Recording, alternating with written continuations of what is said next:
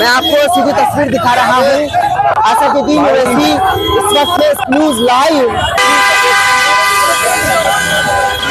सीधी तस्वीर आपको दिखा दूं। यहाँ ऑफिसर्स को खुद असदुद्दीन ओवैसी यहाँ लोगों की भीड़ है या आपको दिखा दूं यहाँ जमा है, क्योंकि यहाँ नदीम शेख की अगले महीने यानी अगले इलेक्शन की तैयारी है नदीम शेख की। लेकिन उससे पहले डॉक्टर शोएब जमाई भी यहाँ आए थे, यहाँ मुआयने कर रहे हैं। लेकिन आज बिरमपुरी जमुना पार से आपको बता रहा हूँ, ये वही बिरमपुरी रोड है। बिरमपुरी में इस वक्त में असदुद्दीन इस वक्त में आपको दिखा दूं सीधी तस्वीर, क्योंकि माहौल बन ही नहीं पा रहा कि उनको उतारा जाए तो किस तरह से।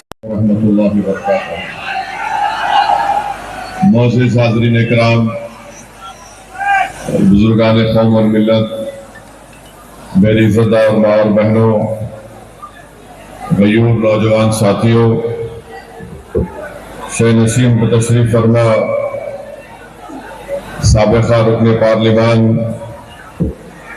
वो इंचार्ज दिल्ली तो महाराष्ट्र के सदर मजलिस इत्तेहादुल मुस्लिमीन मोहतरम जनाब इम्तियाज जलील साहब, जनाब हाजी कलाम साहब, जनाब शादाब साहब, हमारी बहन मोहतरमा शमा अंजुम साहिबा, सलीम सैफी साहब, अजीज दोस्तों और बुजुर्गों, मैं आपके दरमियान में इसलिए आया हूँ आपसे गुजारिश करने के लिए कि मुस्तफाबाद विधानसभा के लिए मजलिस इत्तेहादुल मुस्लिमीन ने जनाब ताहिर हुसैन साहब को अपना उम्मीदवार नामजद किया है। मेरी आप तमाम से गुजारिश है कि इस आने वाले असेंबली के इलेक्शन में आप तमाम लोग मुत्तहिदा तौर पर अपने वोट का इस्तेमाल करें और दिल्ली की इस विधानसभा में आप अपने इत्तेहाद की ताकत की बुनियाद पर अपनी आवाज को भिजाए। मेरे अजीज दोस्तों और बुजुर्गों, मैं ज्यादा देर आपके दरमियान में नहीं ठहरूंगा, चंद अहम बातें आपसे कर यहां से चले जाऊंगा। आज से 3 दिन पहले, 3 या 4 दिन पहले हमने पार्लियामेंट में हमारे मुल्क के आईन के 75 साल के मुकम्मल होने पर पार्लियामेंट में एक जश्न मनाया गया, खुशी मनाई गई, उस पर बहस भी हुई। मैं आपको बताना जरूरी समझता हूं कि जब हमारे वतन अजीज का आईन संविधान बन रहा था, उस कॉन्स्टिट्यूएंट असेंबली में जब संविधान बन रहा था तो मौलाना अबुल कलाम आजाद ने इस बात का मुतालबा किया कि भारत की सबसे बड़ी अक़लियत मुसलमानों को रिजर्वेशन मिलना चाहिए, और मौलाना ने उन रिजर्वेशन की बात की थी जो पार्टीशन से पहले मुसलमानों को दिया गया था। और जब मौलाना ने इस बात का मुतालबा किया तो सरदार पटेल ने उस वक्त मुस्लिम लीग के बागी रेबल लोग थे, जिसमें आबिद हुसैन और एक मोहतरमा थी, उनको सरदार पटेल ने इशारा करके कहा कि तुम इनका जवाब दो। और इन दोनों ने उठकर मौलाना आजाद से कहा कि आप भारत के मुसलमानों को आइसोलेट करना चाहते हैं, अलग थलग करना चाहते हैं, उनको मेन स्ट्रीम में आना चाहिए। मौलाना आजाद ने उस वक्त एक तारीखी जुमला कहा था कि ये भारत की जहां पर संविधान बनाया जा रहा है, ये मेरे लिए एक नया कैद खाना बन गया। मेरे अजीज दोस्तों और बुजुर्गों, 75 साल पहले बाबा साहेब अम्बेडकर ने इस बात को कह दिया कि भारत के अक़लियतों को कभी भी सत्ता में उनको हिस्सेदारी नहीं दी जाएगी, और अगर वो इख्तिदार में अपने हिस्से का मुतालबा करेंगे तो उन पर एक इल्जाम लगा दिया जाएगा कि ये फिरका परस्त है, ये फिरका परस्ती को फरोग दे रहे हैं। और बाबा साहेब अम्बेडकर ने ये कहा कि इसी को मैं देखते हुए मैंने शेड्यूल कास्ट के लिए संविधान में उनके हुकूक की हिफाजत के लिए मैंने उसको संविधान में लिखाया। बताइए 75 साल में क्या बदला। लोग आज असदुद्दीन ओवैसी पर इल्जाम तो लगाते हैं भड़काऊ भाषण का, मगर जो बात मौलाना आजाद ने कही थी, आज 75 साल के बाद भी हम इस बात का मुतालबा कर रहे हैं कि हमको रिजर्वेशन मिले, मजहब की बुनियाद पर नहीं, समाजी, इक्तिसादी और तालीमी पसमानदगी की बुनियाद पर मिले। जब हम इस बात का मुतालबा करते हैं कि हमको हिस्सेदारी दिया जाए, तो इल्जाम हम पर यह लगाया जाता है कि तुम फिरका परस्ती को फरोग देना चाहते हो। इल्जाम उस वक्त भी लगा था 75 साल पहले, आज भी लग रहा है।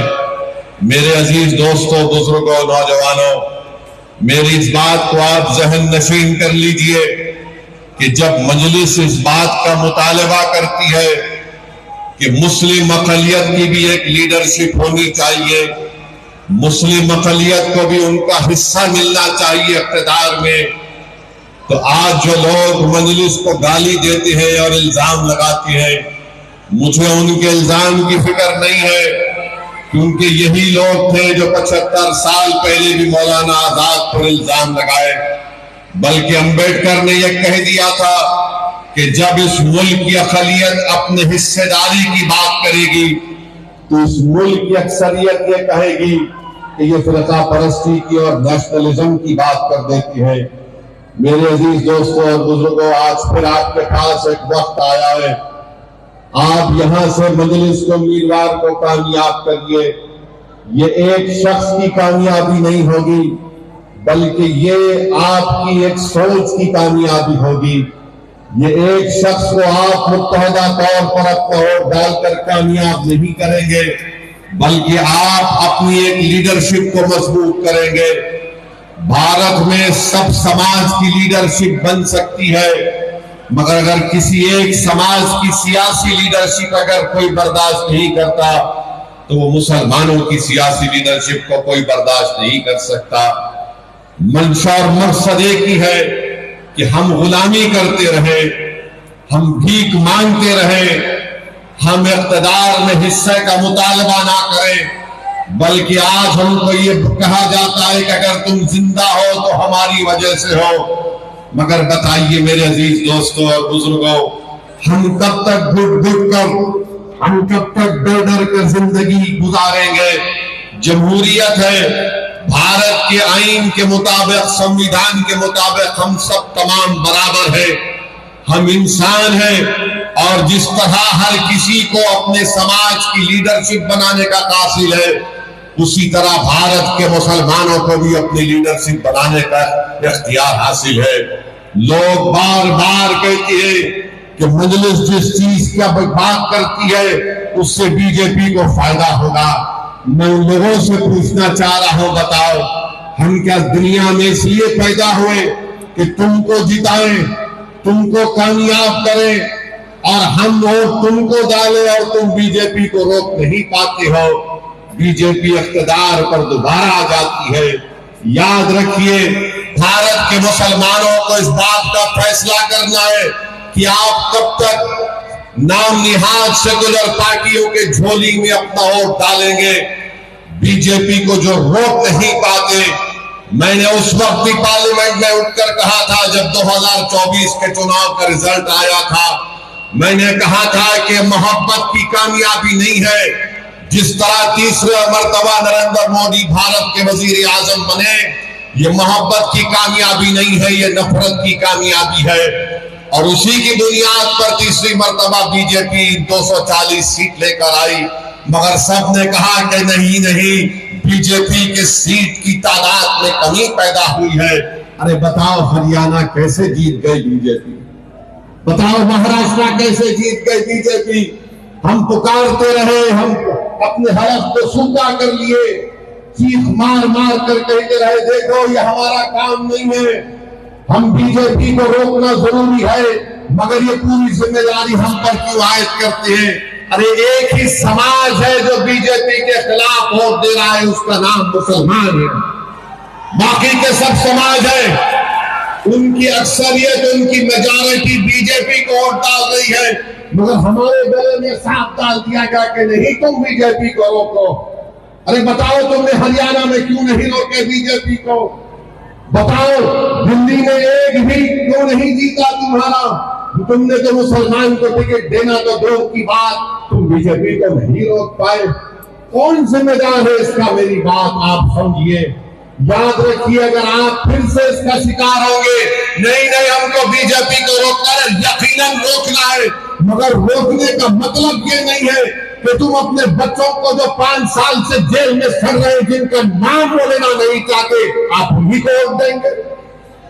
जो 5 साल से जो जेल में सड़ रहे, जिसका बाप परेशान, जिसकी बीवी परेशान, जिसके औलाद बच्चे थे जवान हो गए, उनका नाम नहीं लेना चाहते। जो बच्चे जेलों में सड़ रहे हैं तो उनका नाम नहीं लेते, मगर आप उनको वोट देना चाहेंगे। ये बीजेपी को रोकना है। अरे बीजेपी को तो हम ही रोक रहे हैं। हम बीजेपी को ना कभी वोट दिए ना कभी देंगे, मगर ये लोग क्या बीजेपी को रोक पा रहे? नहीं रोक पा रहे। ये अपनी जबान से नाम तक नहीं लेते। ताहिर हुसैन के नाम का ऐलान किया तो सबके पेट में दर्द शुरू हो गया। ताहिर हुसैन का नाम का ऐलान किया तो सबके सर में दर्द शुरू हो गया। अरे जिसके पेट में दर्द हो रहा है, जिसके सर में दर्द हो रहा है, क्या तुम भूल गए कि तुम ताहिर हुसैन की घर के छत पर बैठकर कितने मरतबा ताहिर हुसैन ने तुमको खाना खिलाया था? क्या तुम भूल गए कि ताहिर हुसैन की छत पर बैठकर तुमने क्या क्या गुफ्तगू की थी? आज कोई नहीं पलटकर पूछता उस घर की तरफ। बताओ, जुल्फिकार सैफी जेल में कैसे? इस मुल्क में अजीबो गरीब मामला है कि 2 मुख्यमंत्री जेल को चले गए, झारखंड के, दिल्ली के, उनको बेल हो गई, मगर जो 5 साल से सड़ रहे उनको बेल नहीं होती है। कौन है इसका जिम्मेदार? अकाउंटेबिलिटी किस पर आयद होगी? बताओ, कब तक नेशनल मेजॉरिटी और नेशनल माइनॉरिटी को दबाया जाएगा? कब तक ये बहस चलेगी? नेशनल मेजॉरिटी है, नेशनल माइनॉरिटी है। अरे कानून तो सबके लिए अगर बराबर है, अगर केजरीवाल को बेल हो गई, सिसोदिया को बेल हो गई, तो क्यों नहीं दूसरों को बेल हो गई है? सब पर भी वही ग्रीवियस ऑफेंसेस है, मगर तुमको बेल हो सकती है और जो बच्चे जेलों में सड़ रहे उनको बेल क्यों नहीं हो सकती? बताओ मेरे अजीज दोस्तों और बुजुर्गों, यही नाइंसाफी है। अगर आज आप मुस्तफाबाद से अपनी आवाज को बुलंद करना चाहती हैं, अगर आप इस नाइंसाफी को खत्म करना चाहते हैं, तो मुत्तहिदा तौर पर अपने वोट का इस्तेमाल करिए। मैं जिम्मेदारी के साथ मुस्तफाबाद में खड़े होकर आप तमाम बुजुर्गों, नौजवानों और हमारी माँ और बहनों से अर्ज करने आया हूं, यहां से अगर आप बीजेपी की कामयाबी को रोकना चाहते हैं तो आपको मजलिस इत्तेहादुल मुस्लिमीन के उम्मीदवार के हक में मुत्तहिदा अपने वोट का इस्तेमाल करना पड़ेगा। हाँ, मेरे जाने के बाद और चुनाव के दौरान बहुत से लोग आकर बहुत सी बातें कहेंगे, क्या कर रहे हो, वैसी सिर्फ जज्बाती तकरीर करता है। अरे जज्बाती तकरीर अगर तुम नहीं कर सकते तो इसमें मेरा क्या गलती है? मेरी क्या गलती है? मगर याद रखिए, मैं जज्बाती तकरीर नहीं करता हूं, मैं सच्चाई को बयान करने की कोशिश करता हूं। इम्तियाज जलील को हराने वाले कौन? मुसलमान थे। इम्तियाज जलील को हराने वाले मुसलमान थे औरंगाबाद में। नासिर सिद्दीकी को हराने वाले कौन थे? मुसलमान थे। धूलिया से जहां पर मजलिस करने लिखा, फारूक शाह को हराने वाले कौन थे? हमारी सभा में वो मीर जाफर और मीर सादत के एजेंट छुपे हुए, वो दोबारा मुस्तफाबाद को भी आएंगे, आकर तुमसे कहेंगे मैं तुमको कह रहा हूं। किसी शायर ने बड़ा अच्छा कहा था, वो शेर याद आ रहा है।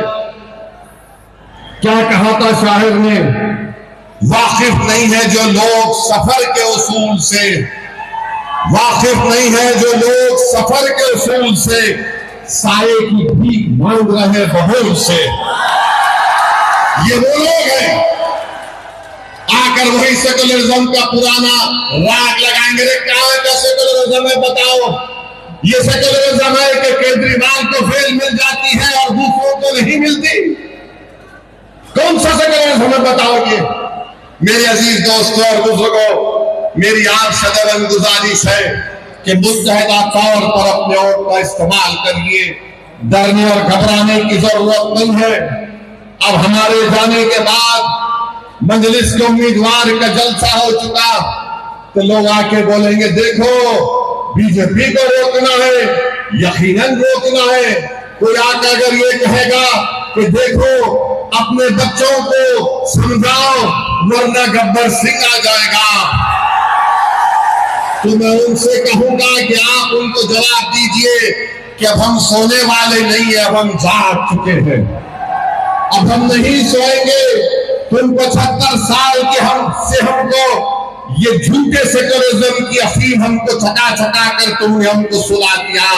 अब हम जागने वाले हैं। जो लोग हमसे कह रहे हैं कि देखो खामोश हो जाओ, सो जाओ, उनसे कहो कि हमारे दरमियान में एक पागल असद आया है जो हमारा शेर है, हमको जागने की आदत डाल चुका है।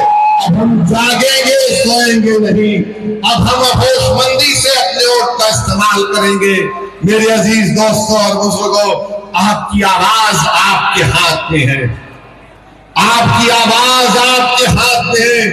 अगर हमारी इस बहन की ये जज्बाती बातें जो ताहिर है उनकी वाइफ ने, उनकी बेगम ने आपके सामने कही, थोड़ी देर के लिए ये भी सोचिए कि हमारे हर घर की कहानी है। ये हमारे हर घर की कहानी है। मेरे भाई, इज्जत की जिंदगी अगर गुजारना है तो सिर्फ नारों से हम इज्जत की जिंदगी नहीं गुजार सकते। अगर हम मुस्तफाबाद में सफाई का इंतजाम चाहते हैं, मुस्तफाबाद में वो ब्रिज रोड की ट्रैफिक जहां पर उसका मसला हल करना चाहते हैं, हम सब अच्छा पीने का पानी हासिल करना चाहते हैं, हम स्कूल चाहते हैं, कॉलेज चाहते हैं, तो सिर्फ नारों से नहीं होगा। तुमको अपनी आवाज को भिजाना पड़ेगा। दिल्ली के विधानसभा में लड़ना पड़ेगा तुमको, और उसके लिए आपको एक वोट का सही इस्तेमाल जब आप करेंगे तभी आपको कामयाबी मिलेगी। वरना सिर्फ हम वोट डालने वाले बनकर रह गए, हम वोट लेने वाले नहीं बन सके। वोट हासिल करो। और कैसे हासिल करेंगे? जब आप मजलिस के अपने वोट का इस्तेमाल करेंगे। लोग बहुत सी बातें करेंगे, ये नहीं होने वाला है, ये फुना होने का, ऐसा होगा। मेरे अजीज दोस्तों और बुजुर्गों, क्या क्या आपने देखा? मुझे यहाँ पर ये बताया गया, बल्कि सच्चाई है, दिल्ली में वो फसाद हुआ, 2022 का प्रोग्राम हुआ। यहाँ का मुख्यमंत्री अगर मरने वालों को 1 करोड़ देता है, गवर्नमेंट की नौकरी देता है, तो दूसरे भी तो मरे। उनको क्यों नहीं दिया तुमने गवर्नमेंट की नौकरी और पैसे? अरे तुम फिरका परस्त हो केजरीवाल, भारत में तुमसे बड़ा कोई फिरका परस्त नहीं हो सकता है। नरेंद्र मोदी का अगर कोई हकीकी भाई है, नरेंद्र मोदी का अगर कोई हकीकी भाई है तो उसका नाम केजरीवाल है, याद रखो आप। सिक्के के 2 रुपये, सिक्के के 2 रुपये प्रसाद में सब मरे, मरने वाले मासूम थे, तो तुम सबको देना था गवर्नमेंट की नौकरी और एस्ग्रेशिया, मगर नहीं दिए, नहीं दिए। मैंने उस वक्त निकाले, कौन है बताओ? जब ये कोविड लगा था तो तबलीगी जमात पर झूठा इल्जाम लगाने वाला कौन था? यही केजरीवाल था। सुपर स्प्रेडर का नाम दिया था। बड़ी बड़ी बातें करते हैं, हम ये स्कूल बनाए, हम फुला किए। अरे मुस्तफाबाद का और केजरीवाल मेरे साथ चल के बताओ तुमने क्या काम किया, मैं दिखाऊंगा तुमको।